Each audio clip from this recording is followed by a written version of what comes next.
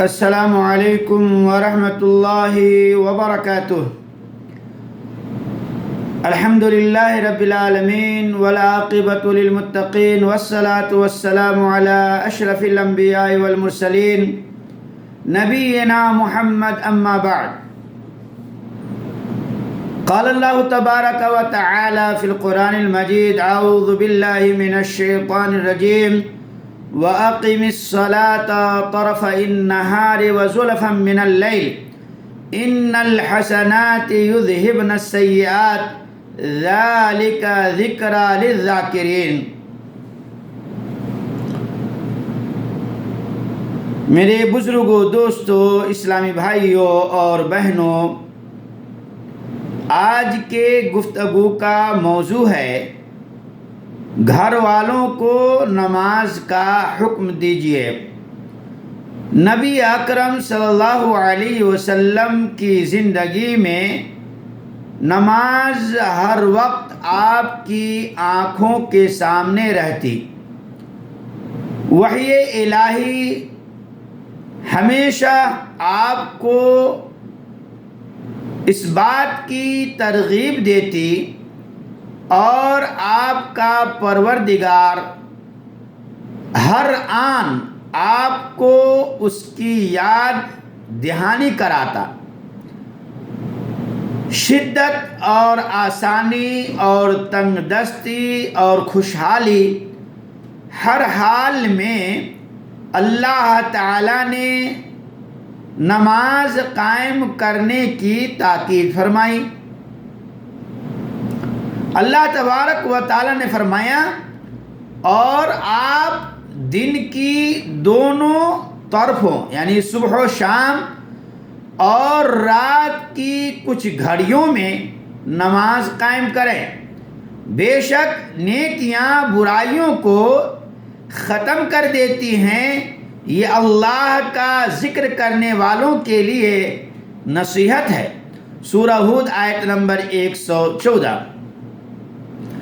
میرے دینی اور ملی بھائیوں، نماز کے مخصوص اور متعین اوقات میں نبی کریم صلی اللہ علیہ وسلم اپنے رب سے مناجات کرتے، معارف حاصل کرنے اور اپنے رب کی عبادت و اطاعت کی مٹھاس پانے کے لیے اپنے رحمان الرحیم رب سے ملاقات کرتے۔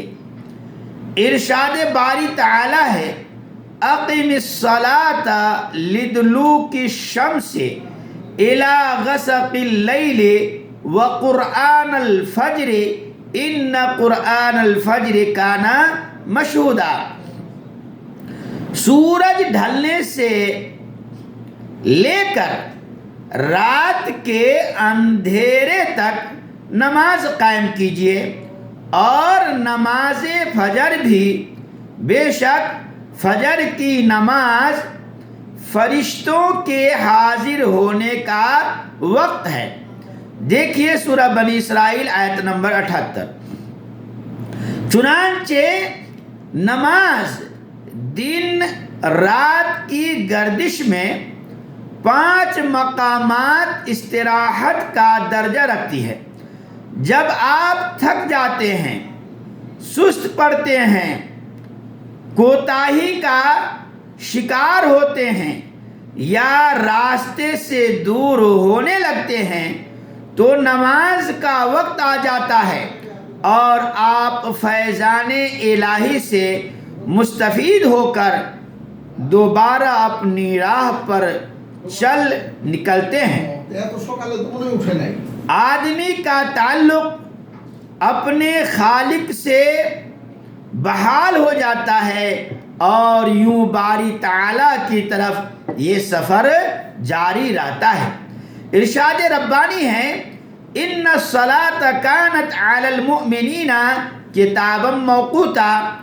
بے شک نماز مومنوں پر مقررہ اوقات میں فرض ہے۔ سورہ النساء آیت نمبر 103۔ نماز کے اوقات رب تعالی کے مقرر کیے ہوئے اور حکم ربانی سے طے شدہ ہیں، اور اللہ تعالیٰ نے موسیٰ علیہ السلام کی طرف وحی کی، اننی انا اللہ لا الہ الا انا فاعبدنی واقم الصلاۃ لذکری، بے شک میں ہی اللہ ہوں، میرے سوا کوئی معبود نہیں، لہذا تو میری ہی عبادت کر اور میری یاد کے لیے نماز قائم کر۔ سورہ طٰہٰ آیت نمبر 14۔ میرے اسلامی بھائیوں اور بہنوں، یہاں توحید کے فوری بعد نماز کا ذکر آیا ہے، اور اللہ تعالیٰ نے اپنے نبی کی مدح کرتے ہوئے فرمایا، وَكَانَ يَأْمُرُ أَهْلَهُ بِالصَّلَاةِ وَالزَّكَاةِ وَكَانَ عِندَ رَبِّهِ مَرْضِيًّا، اور اپنے گھر والوں کو نماز اور زکوٰۃ کا حکم دیتا تھا، اور وہ اپنے رب کے یہاں نہایت پسندیدہ تھا۔ سورہ مریم آیت نمبر 55۔ اللہ تبارک و تعالیٰ نے فرمایا، وَأْمُرْ أَهْلَكَ بِالصَّلَاةِ وَاصْطَبِرْ عَلَيْهَا لا نسألك رزقا نحن نرزقك والعاقبۃ للتقوی، اور اپنے اہل و عیال کو نماز کا حکم دیجیے اور خود بھی اس پر قائم رہیے، ہم آپ سے رزق نہیں مانگتے، ہم ہی آپ کو رزق دیتے ہیں۔ دیکھیے اللہ رب العالمین بہت بڑا رزاق ہے، ہمیں بھی رزق دیتا ہے اور ہمارے بال بچوں کو بھی رزق دیتا ہے، اور بہترین انجام تو اہل تقوی کے لیے ہے۔ سورہ طٰہٰ آیت نمبر 132۔ اللہ تعالیٰ نے اپنے رسول صلی اللہ علیہ وسلم سے جو خطاب کیا ہے، اس کا مخاطب قیامت تک آنے والا ہر مسلمان مرد اور عورت ہے۔ جو شخص نماز قائم کرے، اس کی حفاظت کرے اور اس کی ادائیگی صبر و استقامت سے کرے، اللہ تعالیٰ نے اس کے لیے رزق حلال اور اچھے انجام کی ضمانت دی ہے۔ کیا اس کے بعد کوئی خواہش اور تمنا رہ جاتی ہے؟ یقیناً آپ صلی اللہ علیہ وسلم نے ہمیں تعلیم دی کہ نماز میں اسلام کے جملہ معانی و مقاصد جمع ہو جاتے ہیں، بلکہ اسلام کے جملہ ارکان کی دلالت نماز میں موجود ہے۔ اس میں مختلف طرح کے اذکار جیسے تکبیر، تحمید، تحلیل، استغفار، نبی اکرم صلی اللہ علیہ وسلم پر درود و سلام اور اللہ تعالیٰ کی پاکی، اس سے مناجات، تلاوت قرآن اور مختلف طرح کی دعا میں موجود ہیں۔ اس میں اللہ کے حضور سر تسلیم خم کرنے، اس کے احکامات ماننے اور اس کی وحدانیت کا اقرار کرنے کے معنی پائے جاتے ہیں۔ رسول اکرم صلی اللہ علیہ وسلم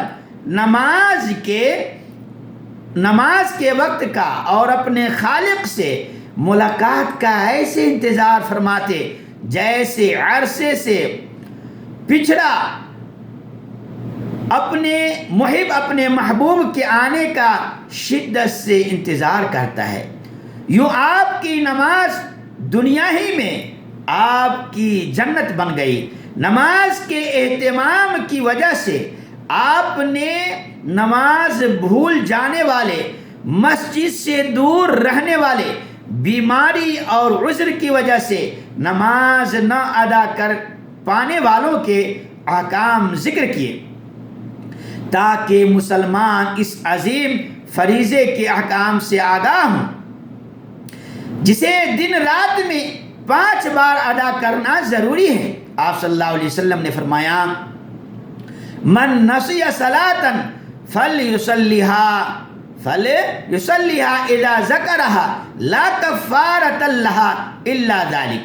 جو شخص کوئی نماز بھول جائے تو جیسے ہی اسے یاد آئے وہ نماز پڑھ لے، اس نماز کا اس کے علاوہ اور کوئی کفارہ نہیں ہے۔